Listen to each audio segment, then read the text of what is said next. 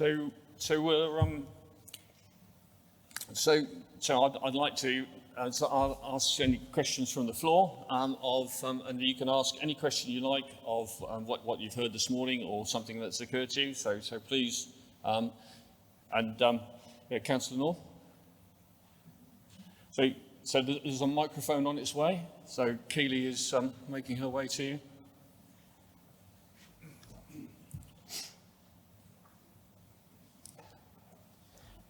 Thank you. Regrettably, I suppose it's about money.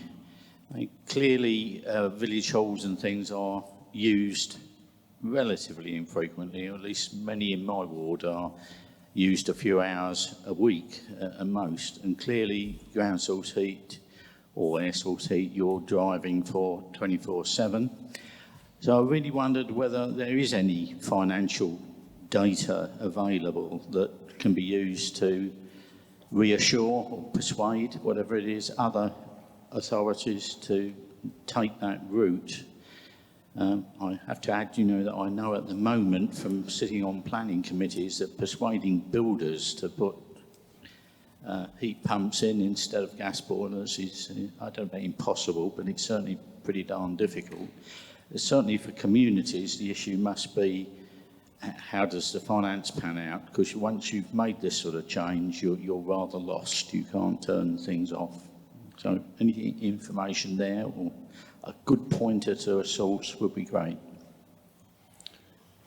Yes. So John, would you like to start? Yeah. So obviously the fund I mentioned covers the feasibility and development. When it comes to actually buying the kit and operating it, then there are different pots of money that can help with that. I know locally there's the Green Suffolk Fund that the County Council operate, that might be able to contribute some funding.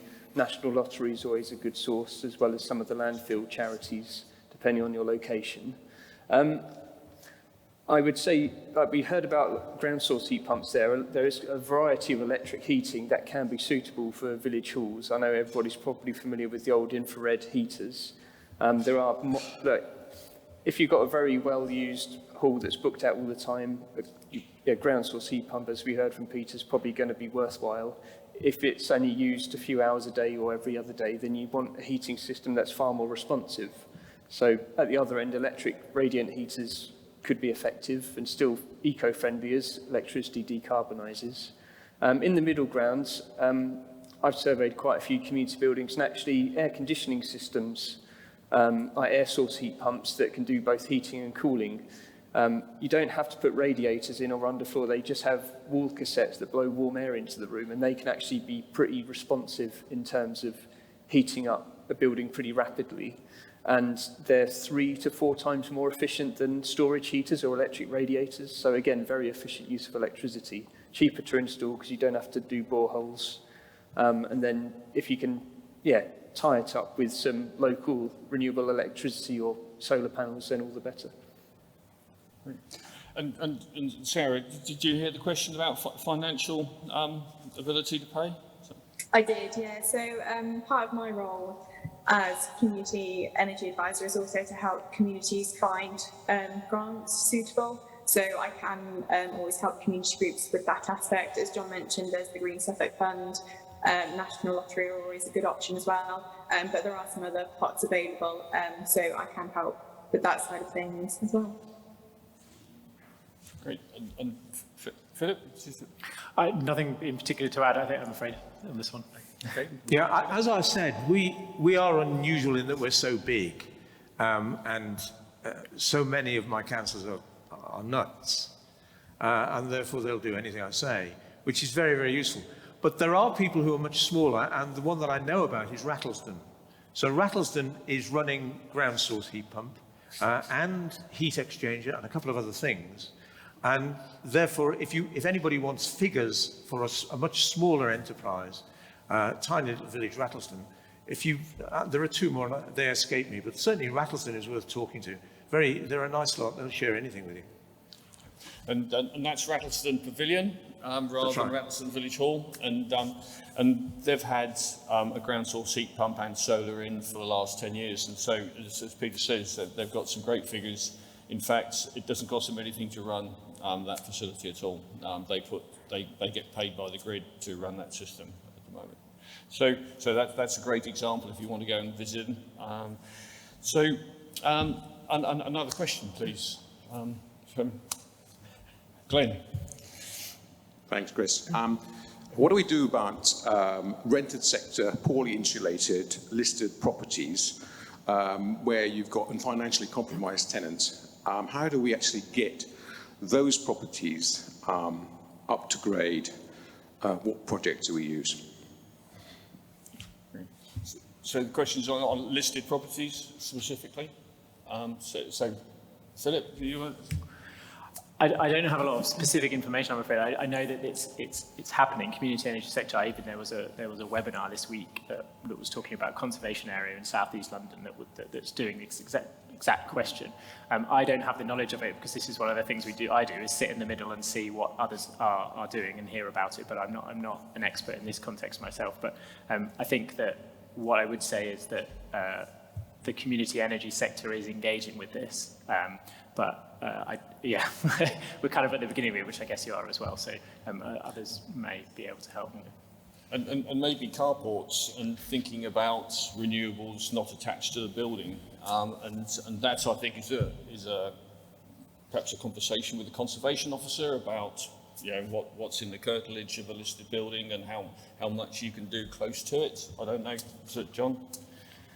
Yeah, in my experience, there seems to be quite a high overlap between people that live in listed buildings and want to act on climate change. It's unfortunate, but you can do things with listed buildings. Certainly, you might have to apply for planning permission, but organisations like English Heritage and the National Trust have done a lot with their own estate and properties. They've got some really good examples to look at. One project I've worked on down in East Sussex is the village of Firle, near Glyndebourne, that sort of place, and it's a very historic community. It's the Bloomsbury Group. It's has that sort of old English vibe about it, and they've been looking at a community-wide heat pump system where instead of the kind of centralised large-scale energy centre, they're doing what they call a shared loop ground source heat pump. It might work quite well for the Elmswell housing as well, where the borehole is put in the street and then each house gets their own mini heat pump which then connects to that shared ground loop. So it's a very discrete system. You don't have air conditioning boxes, you don't change the appearance of the house from the outside or the street scene, but you help these tenants connect to a renewable heating system. It helps if there's the same landlord because you're crossing properties, but there will be sticks coming in legislatively where properties that are rented out have to meet minimum energy performance standards, so there will be that incentive coming through as well. Yeah. And Sarah, do you have any experience of listed buildings? Not massively, to be honest. I would sort of echo exactly what John has just said, really. And there are organisations out there, like Heritage England, that have got case studies on their website of practical things that listed buildings can do. Yeah. And Peter, was the Wesley Hall listed? No, it wasn't listed. Mid-Suffolk have some strange attitudes on listing. I hope there's none of them here. Nothing Victorian. But we've shared the same problems as the John Peel Centre in Stowmarket, where they had to, in fact, they were told at an early stage they would have to install some ancillary heating. And I think they didn't, and they had to retrofit it. You just have to realise that what we're trying to do is not doable 100% in all circumstances. And our case is a good example because we got right next door to each other, one where we've had to stick in radiators as well because we just couldn't possibly make it thermally efficient enough, and one purpose-built, thermally efficient, no problem at all. So there's a price to be paid for living in a listed building. Yeah. So, Tim? This price to be paid for living in a listed building has got to be dealt with by the district councils. As far as I'm concerned, they are behind the curve by probably 10 or 15 years, and that listed buildings are not well insulated, difficult to insulate, And they need to be opening their eyes to the climate emergency more so than any other part of the planning system, let alone building new housing estates that don't have community energy systems. So when can listed properties be altered to have solar gain, to have a discrete solar PV on their roof, and it should be easy and not objected to by planning control?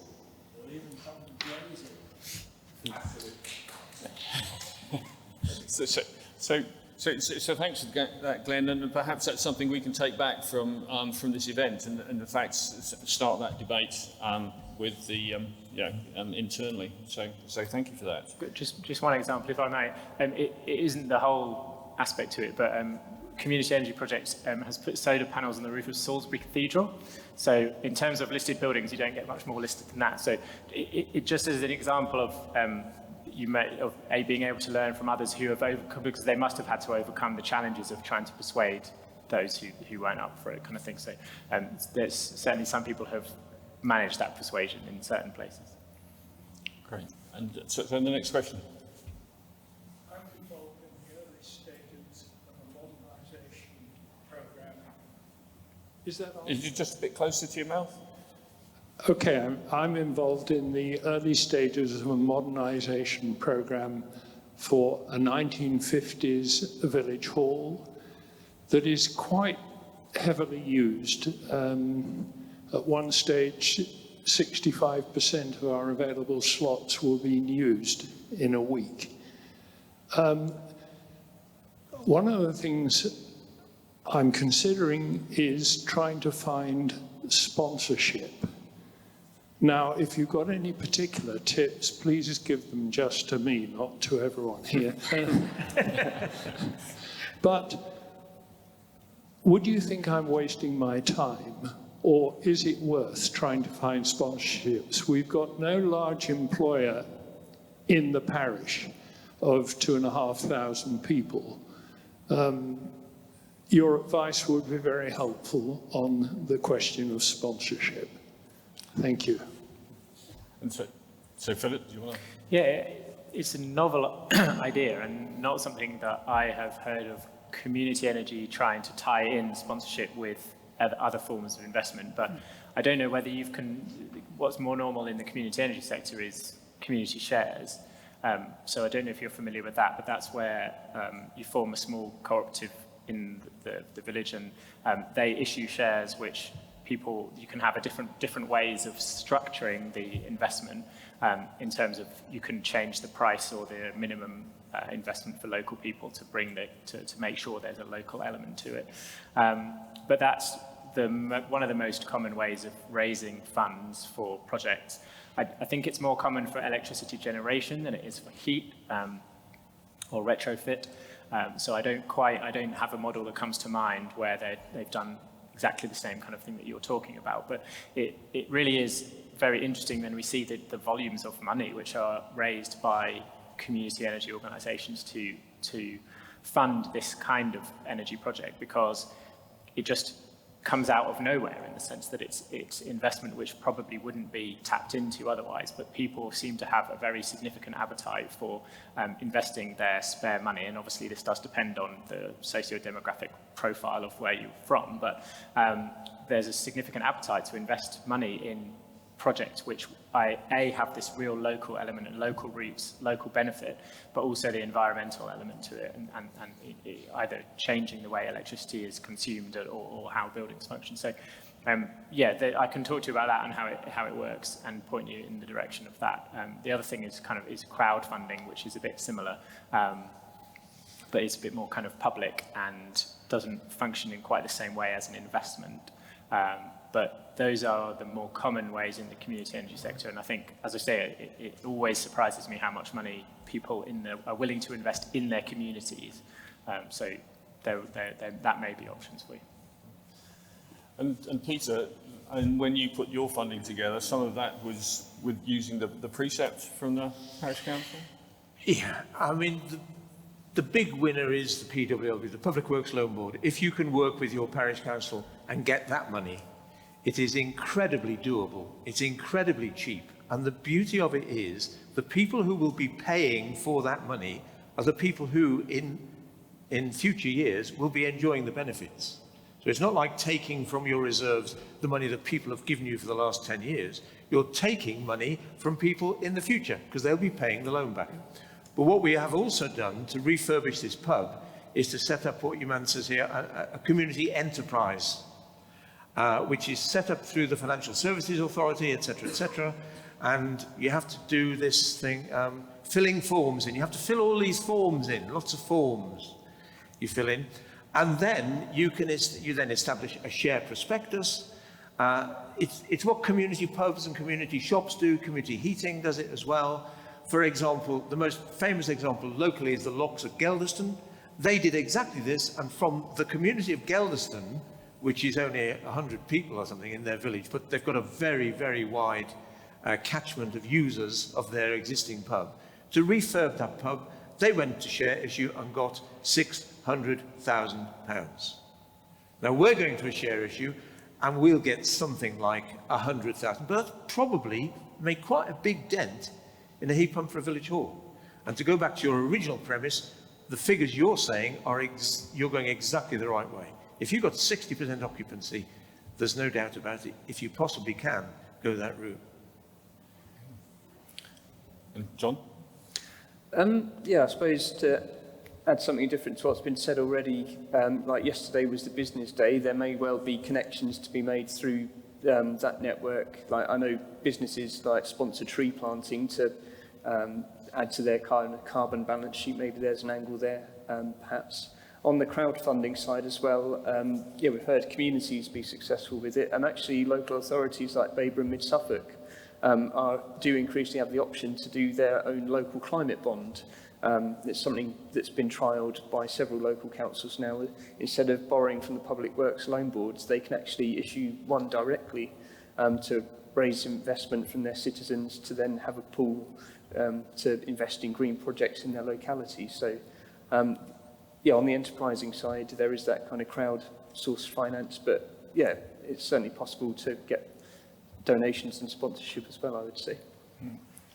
And donations are always the easiest form of funding to collect because it's normally a one-to-one conversation without necessarily having to fill forms in that Peter alluded to, sort of and the fun of that. And it's sort of the and you said in your question how there's a large employer in the village, and maybe just a personal approach to that employer to see if they would sponsor your project. That's a nice first step.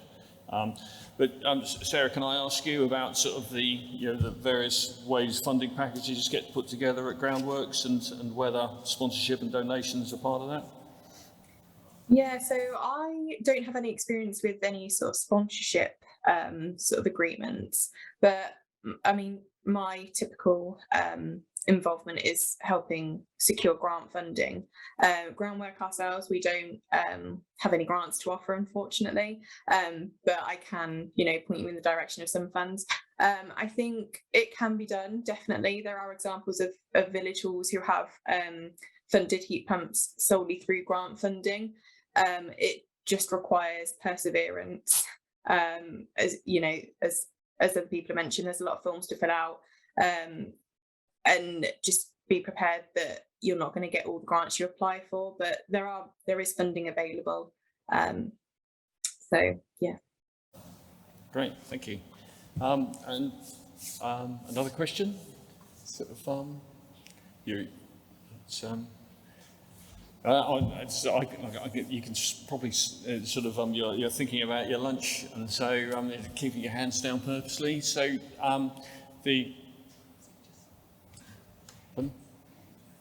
So it's I'm just so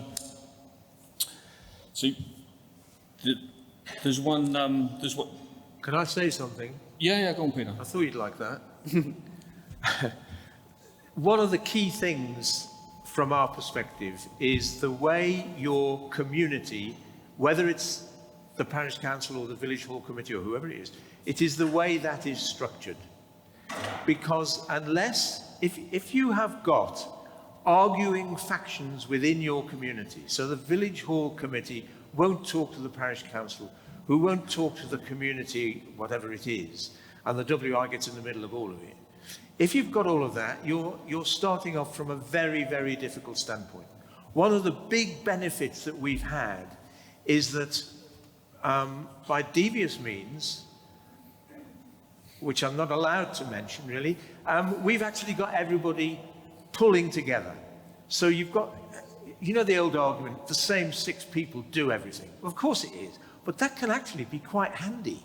If what they're doing is being on the parish council and borrowing money to give to the hall committee to do the hall, and to give to the pub committee and to the affordable housing group. So you've got a finger in all of those pies, and you only need 5 to make a hand, and you've got a handout.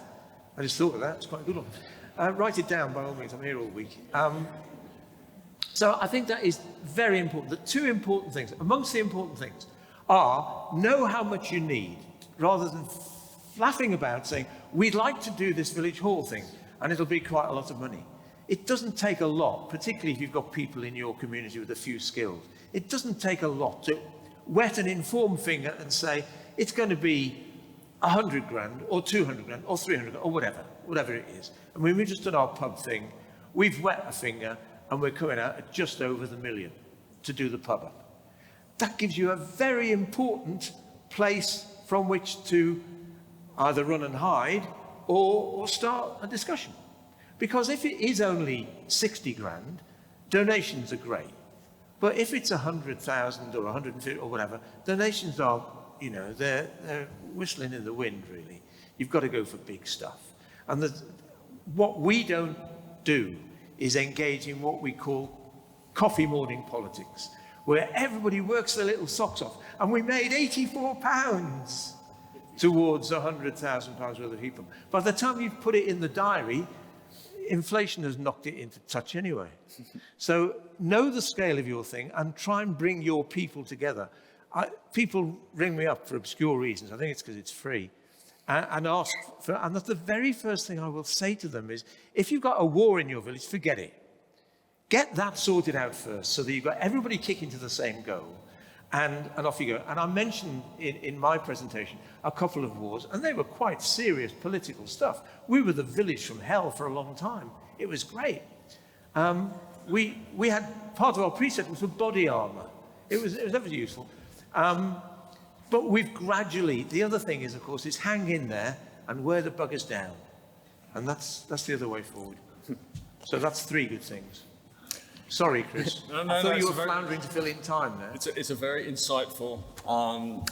We're getting a lot of understanding about how it works in Elsall, so that's great. Thank you. And so Glenn, you got another question? I think in my question I mentioned financially compromised people.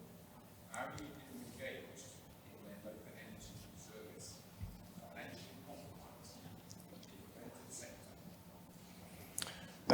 So this is an important point. Can you just repeat that into the microphone, because not everybody will have heard that. Okay, so within my question earlier, I mentioned financially compromised in the rented sector. We need to get those people engaged as well. They cannot be left out in our journey to net zero. Okay, and I noticed the Green Party in their autumn conference are promoting today that £320 should go to every household in the country to help with the winter heating. And so there's the Green Party sort of making a statement and challenging the present government. And so are things like that, are physical payments and so forth a good idea? And so, Sarah, what do you think? Yeah, so I definitely think schemes and incentives are like that are a good idea. I also think it comes down to the information that we're sharing with people. So for a lot of, the financially disadvantaged people, we're promoting expensive options to them, but the journey to net zero doesn't have to be expensive. I think a lot of people forget about behavioural change, and that can actually have a massive impact on getting to net zero. And that can be as simple as just turning lights off when you leave a room. And those are so simple. Everyone can do them, whether they rent, whether they own, regardless of how much money they have. It's simple things like that that can have quite a big difference on on, you know, the journey to net zero. So I think it's also about engaging people with that side of things as well. John?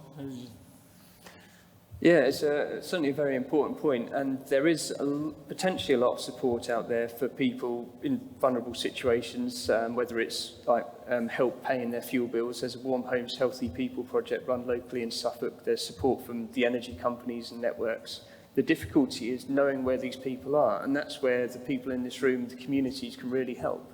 Because you know, through the coffee mornings, through village events, you know the people in your community that might need that help. So having some local forum or local energy champion that can look out for your neighbours and steer them to the support that's needed, that is a big opportunity there.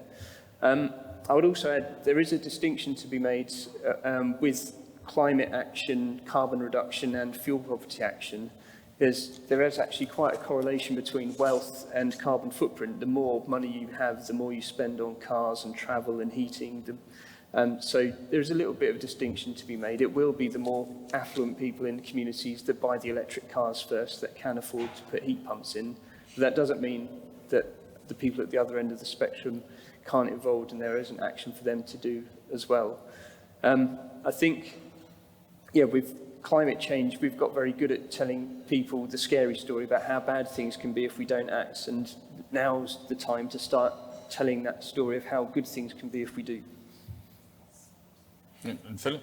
Yeah, so I can't answer these. I guess nobody can answer the specific question of how do you get landlords to retrofit and invest. That's one that we're going to have to solve as a nation. But one thing that the community energy sector does, in addition to what's already been mentioned, is the giving people a stake in the energy system. And there are a few ways of this. One of which is exactly as has been said, is being local and being the people who give the advice. That makes a big difference in terms of the trust.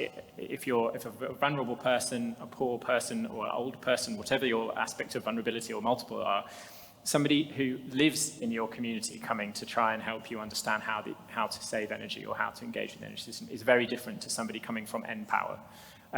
That's very well known in the sector that local people are much more trusted, and so that's why local community energy organisations that do this, that bring local people together, that changes the relationship with vulnerable people, and there are ways to get training in that. So there's training in how to be an energy advisor. So there are lots of community energy organisations. London has a load of them, where they train up energy advisors, and they're able to provide services that target this kind of group of people and help them understand even things as basic as the fact that you can change your energy supplier. That's the very first step. Some people don't even know that that's possible. So you've got to start really at that very low level with how you provide information. But as I said, it's who is providing information, which is also important. The other thing that I would say is the way that any kind of local community action of this nature brings in everybody, no matter their ability to invest. So as John said, it will be the more affluent people who are both able to take their own action, but they're the ones who've got £1,000 sitting around that they can invest in your community share offer. But that potentially could lead to a situation where the more vulnerable in your community are not participating in the project. So I've seen certain things in the past where they've dropped the share issue minimum buy-in to £250. Well, there are millions of people in this country who do not have anywhere near £250 sitting around that they can invest. So there are other organisations, there's some in London, where it's £1, and that gives you ownership. You're a part owner of that community energy organisation. So you have one vote, just like everybody else, no matter whether they've invested 10 grand in it.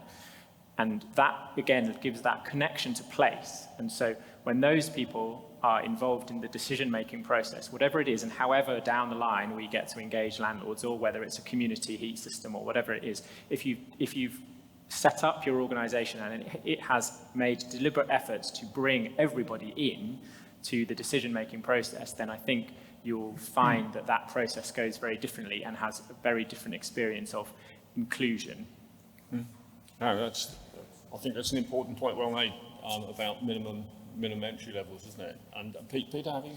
Yes, I mentioned our community land trust, which is going to build the houses at the back of the pub, and that is already set up, and the minimum buy-in for that will be £1, simply so that nobody is excluded. And the aim there is, we do feel this, this dissonance between ourselves as the very important people that matter to make the decisions and the ordinary people. We're very aware of that, and the CLT, as well as the pub scheme as well, is an attempt at our level, because we find that at district level, and certainly at county level, we're on a lower planet. They don't really want to know about us. So the CLT, very specifically in this instance, is going to deal with that, and the heating is a very important part of it, because, as I've read the papers recently, it's getting more expensive, I think. Yeah, I thought it was right there. So it is an increasingly important thing, and if we can bring them in through their £1 share so that they have one vote, same as everybody else, we shall do that, and we take it to be very important. Great, thank you very much. I sort of, if you don't mind, we'd like to finish the panel session here, because lunch is ready, and so I'd like to thank the panelists for coming up here and telling us all about it, and Sarah from your virtual place. So thank you for coming, and thank you for Groundworks for providing lots of funding opportunities for businesses and organisations to be able to make that step forward into making something happen. So thank you for that. And thank you, gentlemen.